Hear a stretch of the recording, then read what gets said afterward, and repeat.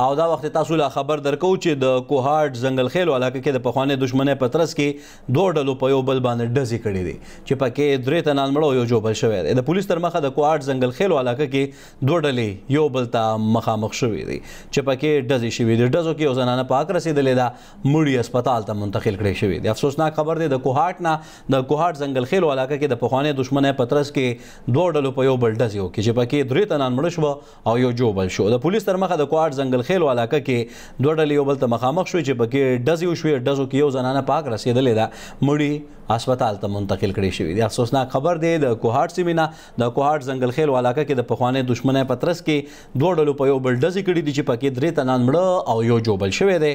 د پولیس تر مخه د کوهاټ ځنګل خیلو علاقه کې دوه ډلې یو بل ته مخامخ شوې چې پکې ډزې وشوې. ډزو کې یو زنانه په حق رسېدلې ده او مړی هسپتال ته منتقل کړی شوی دی.